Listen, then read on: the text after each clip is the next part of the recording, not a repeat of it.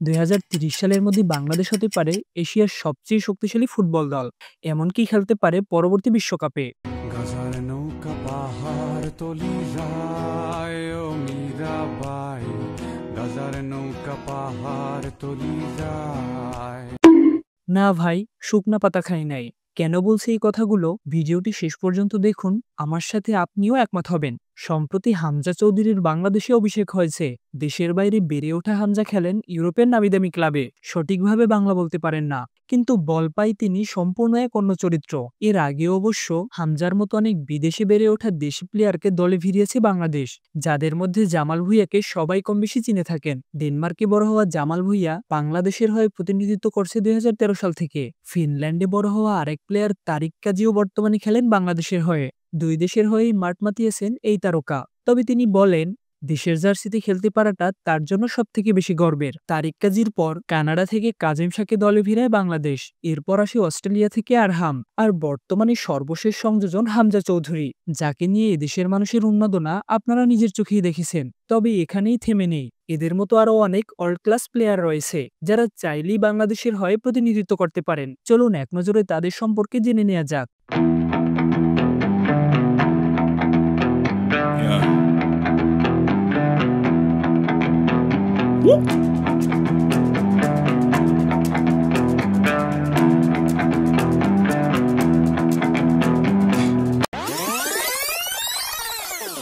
সামিত সোম, বর্তমানে তিনি একজন কানাডিয়ান পেশাদার ফুটবলার, খেলেন মিডফিল্ডে। বর্তমানে তার market value 200 euro. Queen Sullivan, হামজার পরে টক অফ টপিক্সে আছেন আমেরিকায় বেড়ে ওঠা কুইন সুলিভান। বয়স মাত্র 21 বছর। কুইন সুলিভানের বর্তমান মার্কেট ভ্যালু 5.6 থেকে 7.5 মিলিয়ন ইউরো। তাকে দলে ভেড়াতে পারলে বাংলাদেশের অ্যাটাকিং লাইন আপটা হবে দেখার মতো। কাভান সুলিভান, যিনি কিনা কুইন সুলিভানের ছোট ভাই। বয়স মাত্র 14 বছর। খেলেন অ্যাটাকিং মিডফিল্ডার পজিশনে। কিন্তু এই বয়সী ফুটবল খেলায় দারুণ পারদর্শী এই খেলোয়াড়। রিউমার উঠেছে আমেরিকার হয়েই মাঠ মাতাতে পারেন এই তারকা। তবে তিনি চাইলে বাংলাদেশের হয়েও খেলতে পারবেন। একদিকে কাতারের সেকেন্ড ডিভিশন লিগে উইং মাতান ওবায়দুল নওয়াব, অন্যদিকে মিডফিল্ড মাতান নাবিল ইরফান, যারা দুজনেই বাংলাদেশের নাগরিক। ইতালিতে বেড়ে ওঠা ফাহমিদুল ইসলাম সামলান রাইট উইঙ্গারের দায়িত্বটা।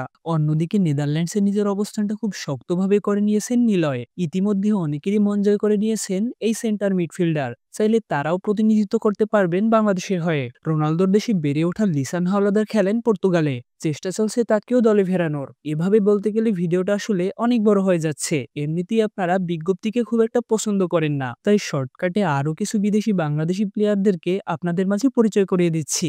যেমন শুধু ইংল্যান্ড থেকেই আছেন ফারহান আলী, নেহান হাসান, কুবা মিচেল, তানিল সালিক, ইউসুফ আহমেদ এবং কামেরুন আলী। এরা সবাই টপ লেভেলের খেলোয়াড়। এদের সবাই যদি বাংলাদেশের হয়ে খেলার সিদ্ধান্ত নেয়, তাহলে ভাবতে পারেন বাংলাদেশের ডিফেন্স, মিডফিল্ড কিংবা অ্যাটাকিং লাইন আপটা কেমন হবে। এদের নিয়ে টিম গঠন করলে বিশ্বমঞ্চে বাংলাদেশের প্রতিনিধিত্ব করা সম্ভব। আর চাইলে বিশ্বকাপের মতো বড় মঞ্চেও খেলা সম্ভব। তবে এত ভালোর পরেও একটা খারাপ দিক রয়েছে। বাঙালির ভাই দোষ একটাই, এরা ভালোর কদর করতে জানে না। তো ভাই, আপনিও কি মনে করেন ২০৩০ সালের মধ্যে বাংলাদেশ এশিয়ার সবথেকে শক্তিশালী ফুটবল দল হতে পারে? কমেন্টে আপনার মতামত জানান। শেষ পর্যন্ত সাথে থাকার জন্য অসংখ্য ধন্যবাদ।